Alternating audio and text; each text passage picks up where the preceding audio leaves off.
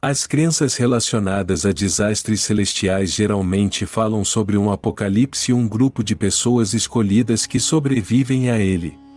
Entre esses desastres cósmicos, os relatos de dilúvios são os mais comuns.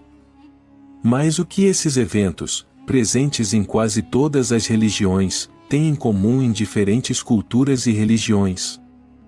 De acordo com as culturas em que essas histórias se encontram, o dilúvio é um desastre de água enviado pelos deuses para exterminar todos os seres vivos, incluindo os humanos que cometeram pecados, acreditando-se que tenha devastado o mundo inteiro. Além disso, a teoria de que o mundo ou uma região foi inundada é frequentemente associada à teoria da destruição de civilizações antigas como Atlântida ou Mu, que supostamente existiram no Ocidente ou no Pacífico e foram submersas. Segundo a lenda, o desaparecimento repentino de um continente tão grande teria causado o transbordamento dos oceanos, inundando a Mesopotâmia e resultando no dilúvio de Noé. A lenda do dilúvio é um motivo religioso conhecido muito antes do surgimento dos livros sagrados semíticos, sendo registrada na antiga Suméria e no Antigo Egito. De acordo com algumas crenças, a razão para o dilúvio seria o aumento dos pecados humanos, enquanto outras acreditam que anjos caídos teriam desviado a humanidade. Deus então decide enviar uma catástrofe para destruir a humanidade, mas, ao ver que havia uma pessoa extremamente pura entre eles, mostra misericórdia e poupa uma pequena família. Neste vídeo, veremos como outras fontes e religiões retratam a narrativa do dilúvio. O dilúvio é geralmente concebido como um evento baseado no conceito de que as pessoas trouxeram seu próprio fim ou foram punidas por Deus ou pelos deuses devido aos seus pecados. De fato, de acordo com a Torá, Deus decidiu destruir a humanidade quando a maldade do homem se multiplicou na terra. Em muitos relatos de tais catástrofes, a destruição da humanidade é geralmente seguida pelo surgimento de uma nova tribo ou povo.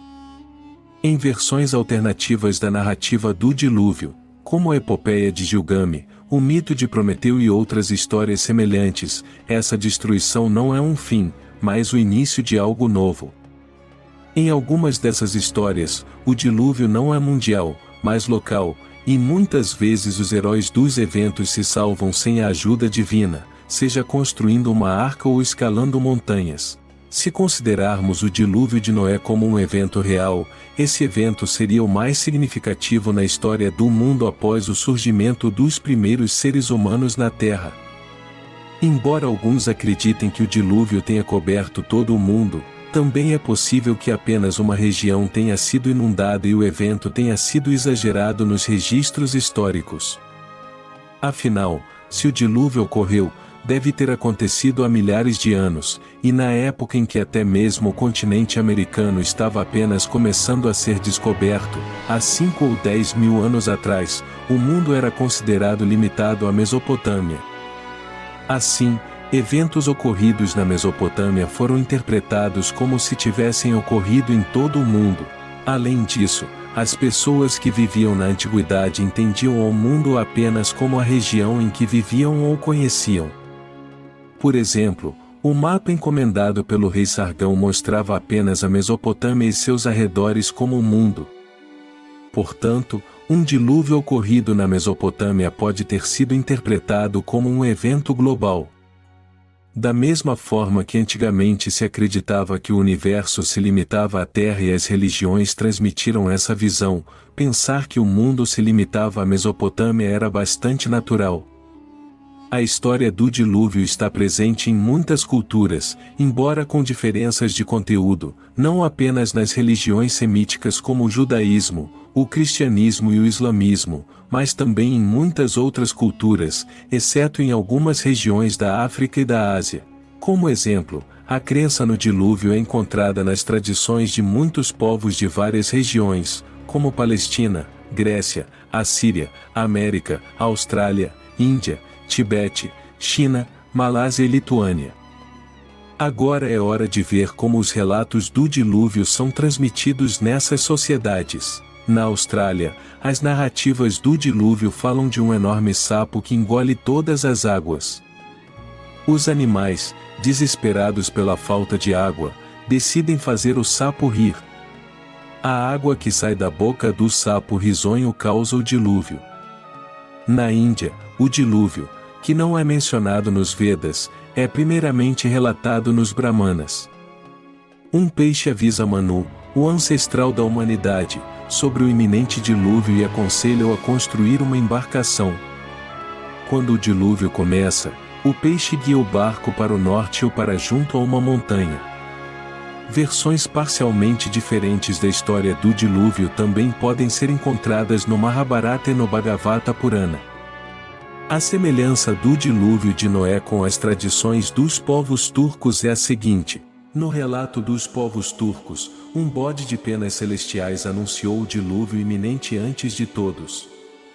O bode de penas percorreu os 4 cantos do mundo por 7 noites e 7 dias, anunciando em voz alta. Em seguida, houve terremotos por 7 dias e 7 dias de erupções vulcânicas. Choveu por 7 dias e nevou. E durante 7 dias ocorreu o dilúvio. Após isso, começaram terríveis frios. Havia 7 irmãos a quem foi anunciado que o dilúvio estava prestes a ocorrer. O mais velho deles se chamava Erlik, e o outro se chamava Ulkin. Os 7 irmãos construíram uma embarcação e levaram casais de todas as espécies animais para dentro dela. Após o dilúvio, soltaram um galo, que morreu imediatamente devido ao frio. Em seguida, soltaram um ganso na água. O ganso se afastou e não voltou para a embarcação. Na terceira vez, soltaram uma corvo, que também não retornou, pois havia encontrado um cadáver e estava ocupada com ele. Diante disso, os 7 irmãos perceberam que haviam chegado à terra firme e desembarcaram do barco. De acordo com a crença existente no Irã, o mundo chegará ao fim devido a um dilúvio causado pelo derretimento das neves acumuladas durante um terrível inverno. O Supremo Ahura Mazda aconselha o primeiro rei, Yima, a se refugiar em uma fortaleza. Yima então se retira para a fortaleza com os melhores dentre os humanos e com várias espécies de plantas e animais. Esse dilúvio põe fim à Idade de Ouro. Na mitologia grega, o deus Zeus decide destruir a humanidade, que estava se tornando cada vez mais pecadora, com um dilúvio. Em resposta, Prometeu avisa seu filho Deucalião sobre a decisão de Zeus e o aconselha a construir uma embarcação. Após 9 dias e 9 noites à deriva nas águas, o dilúvio chega ao fim e Deucalião desembarca no Monte Parnaso. Na crença antiga egípcia, o dilúvio é mais místico. De acordo com eles, o universo era composto por 8 elementos. O deus Nun representava a água, que era o elemento mais importante. Nun não tinha um gênero definido. Embora alguns sacerdotes o representassem como um homem com cabeça de sapo verde, outros mais tarde o simbolizaram como uma mulher com cabeça de serpente, dando-lhe o nome de Naunel. Na mitologia egípcia antiga, a criação ocorreu através da água e também seria destruída pela água.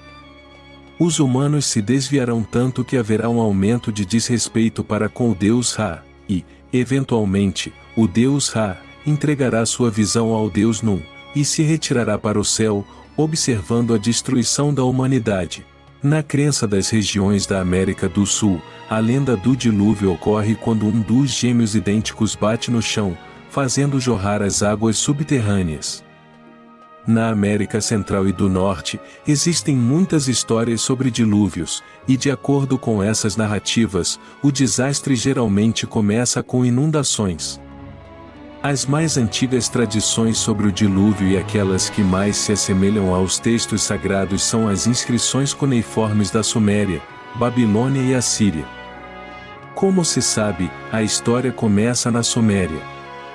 Os primeiros documentos escritos são provenientes dos sumérios, e a história do dilúvio babilônico foi uma imitação dos sumérios.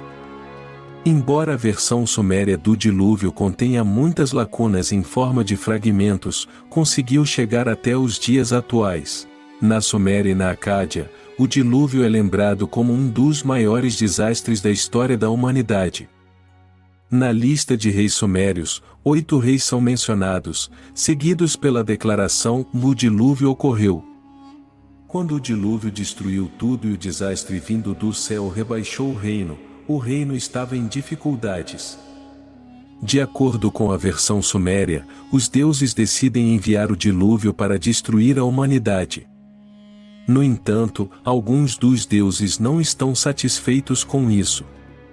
Um dos deuses, que é um temeroso e devoto rei Ziusudra, que recebe revelações divinas, avisa-o sobre o iminente dilúvio e o instrui a construir uma embarcação. O dilúvio cobre o país por 7 dias e 7 noites.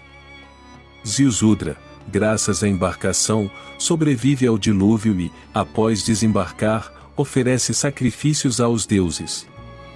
Em resposta, os deuses o imortalizam e o colocam em Dilmun, o lugar onde o sol nasce. Além da tabela escrita em sumério, também foi encontrado um segundo fragmento, escrito em uma língua antiga da Babilônia, contendo algumas linhas que descrevem o dilúvio. Aqui também se menciona a decisão de Deus de destruir a terra com um dilúvio e a construção de uma embarcação chamada o Salva-Vidas. Entre os 4 fragmentos encontrados, 2 são da antiga Babilônia e 2 da versão assíria, todos relacionados ao épico de Atrasazis. De acordo com o épico de Atrasazis, o grande deus Enlil envia uma série de calamidades para punir a humanidade e, finalmente, decide provocar o dilúvio. O deus Enki avisa Atrasazis sobre essa decisão em um sonho, e Atrasazis constrói uma embarcação conforme as instruções recebidas. Na história do dilúvio popular em Babilônia durante o tempo de Alexandre, o Grande, o sacerdote babilônico Berossus relata que o último nome na lista de 10 reis pré-diluvianos é Xoutros, o herói do dilúvio que vive em Sipar. Após receber a ordem de construir uma embarcação, Xoutros, juntamente com sua família, amigos íntimos, pássaros e todos os animais de 4 patas que pôde encontrar, entra na embarcação. Quando a chuva cessou, ele soltou os pássaros. Eles voltaram, e depois de alguns dias, foram soltos novamente, e desta vez, retornaram com as patas sujas de lama. Na terceira tentativa, não retornaram mais. No entanto, alguns fragmentos desses relatos estão danificados ou ilegíveis. A lenda do dilúvio mais completa e conhecida dos babilônios é o Épico de Gilgame. Os textos relacionados ao épico estão preservados na biblioteca de Assurbanipal. Além disso, o Épico de Gilgame não se limita apenas ao relato do dilúvio, o épico é composto por 12 tábuas, e o dilúvio é descrito apenas na 11ª tábua. No Épico de Gilgame, a deusa Ishtar é apontada como uma das responsáveis pela origem e pelo desencadeamento do dilúvio. Gilgame busca encontrar Utnapishtim, o herói que sobreviveu ao dilúvio, conhecido em sumério como Ziusudra, para descobrir o segredo da imortalidade. Utnapishtim é um homem que conseguiu alcançar a imortalidade após sobreviver ao dilúvio e é também o rei da cidade de Shuruppak, localizada às margens do rio Eufrates. Os deuses, perturbados pelo barulho excessivo da humanidade, decidem exterminar a raça humana com um dilúvio. No entanto, o deus Enki avisa Utnapishtim para que ele construa uma embarcação para salvar a si mesmo, sua família e um número limitado de animais. A embarcação deve ter a mesma largura e comprimento.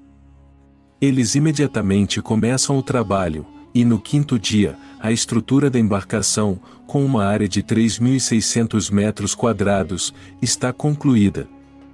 A borda da embarcação, ou seja, a parte acima da água, mede 60 metros, enquanto a superfície externa é de 240 metros quadrados. Os convés superior e inferior da embarcação têm 7 níveis, enquanto o porão é dividido em 9 compartimentos. No 7º dia, a construção da embarcação é concluída. Utnapishtim embarca prata, ouro, sua família, seus animais domésticos e selvagens na embarcação. O dilúvio começa com uma chuva torrencial que dura 6 dias e 7 noites. No 7º dia, a tempestade se acalma e a embarcação pousa no Monte Nizir. Nesse mesmo dia, Utnapishtim solta uma pomba, depois uma andorinha, mas os pássaros retornam, pois não conseguem encontrar um lugar para pousar. Finalmente, Utnapishtim solta um corvo, e o corvo não retorna. Então, ele desce da embarcação no Monte Nizir e oferece sacrifícios aos deuses. Pesquisas arqueológicas mostram que as cidades sumérias e acadias foram afetadas por terríveis inundações. Uma dessas enchentes ocorreu em Ki, onde um depósito de lama com cerca de 30 a 40 centímetros de espessura cobriu grande parte das estruturas que formavam a civilização da cidade.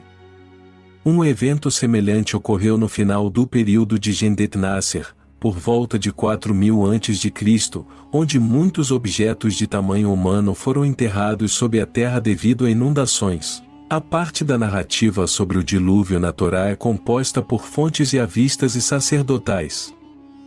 Segundo a narrativa do dilúvio na Torá, Yahvé vê que a maldade dos seres humanos é grande na terra e que seus pensamentos são continuamente maus, e decide: eu farei desaparecer da face da terra os seres humanos que criei, bem como os animais, os répteis e as aves dos céus, porque me arrependo de tê-los criado. Então, Deus anuncia que apenas Noé e sua família serão salvos e ordena a Noé que construa uma arca a partir de madeira de cipreste, conhecida como gopher na época. Depois, ordena que sua família entre na arca e que de cada espécie viva seja levado um macho e uma fêmea para dentro da arca. O cipreste é uma árvore que também era considerada sagrada na antiga Suméria. A crença de que esta árvore santificava as pessoas pode estar ligada à ideia de que uma arca feita de cipreste salvaria os seres humanos na Torá. Na Torá, assim como no épico de Gilgame, também há detalhes sobre a arca. A arca deve ter 300 covados de comprimento, 50 covados de largura e 30 covados de altura. Noé, seus 3 filhos, Sem, Cão e Jafé, e suas esposas, totalizando 8 pessoas, entram na arca. Após 7 dias, todas as fontes das grandes profundezas se rompem e as janelas do céu se abrem, e o dilúvio cobre a terra. Apenas Noé, sua família e os animais na arca sobrevivem.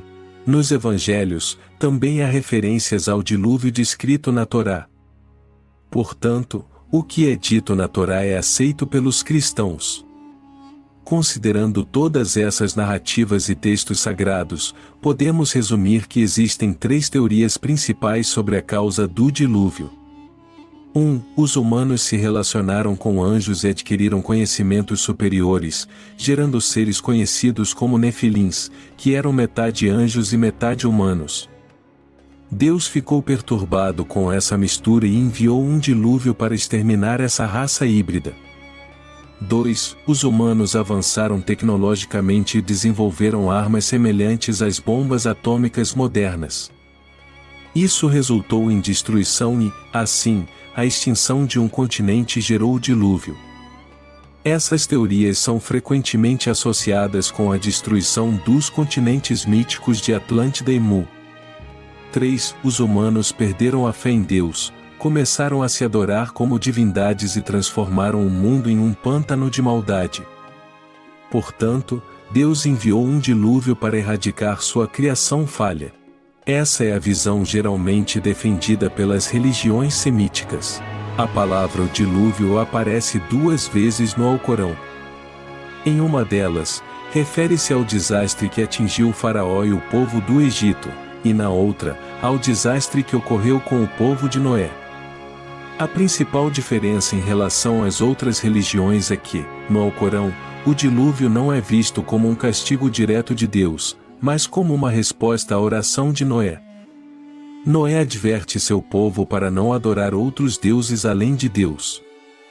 Após uma longa luta, vendo que seu povo continuava a praticar a idolatria, Noé ora a Deus para que puna os descrentes. Finalmente, Deus atende à oração de Noé e lhe ordena que construa uma arca. Após algum tempo, a arca pousa em terra firme e a humanidade começa a se multiplicar novamente. Na narrativa suméria, a montanha onde a arca repousa é chamada de Dilmun. No épico de Gilgamesh, essa montanha é mencionada como Nisur ou Nisir. Em outras tradições, são mencionadas as montanhas Lubar e Mazis. Nas religiões semíticas, é dito que a arca repousou nas montanhas Kudi ou Arara. Certamente, devido à grande variedade de textos religiosos, é possível encontrar muitas diferenças nas lendas do dilúvio. Do ponto de vista científico, é impossível que um desastre de tal magnitude tenha afetado todo o mundo ou um grande país. Se um evento natural dessa escala tivesse ocorrido, métodos como a tectônica de placas poderiam determinar onde, quando e como isso aconteceu. Então, muitos estudiosos religiosos começaram a sugerir que a lenda do dilúvio, assim como a história de Adão e Eva, pode ser simbólica. E você, o que pensa sobre isso? Claro, há muitos mais detalhes e informações que poderiam ser adicionados. Haverá mais vídeos sobre história das religiões e crenças, mas por agora é tudo. Apesar de este ser o meu 6º vídeo, ainda não tenho visualizações, e estou curioso para ver quando começarão a aparecer. Estou em uma situação difícil porque a falta de visualizações está afetando minha motivação, e estou começando a não querer preparar mais vídeos. Se a situação continuar até o 20º vídeo, posso considerar parar. Cuide-se e até mais.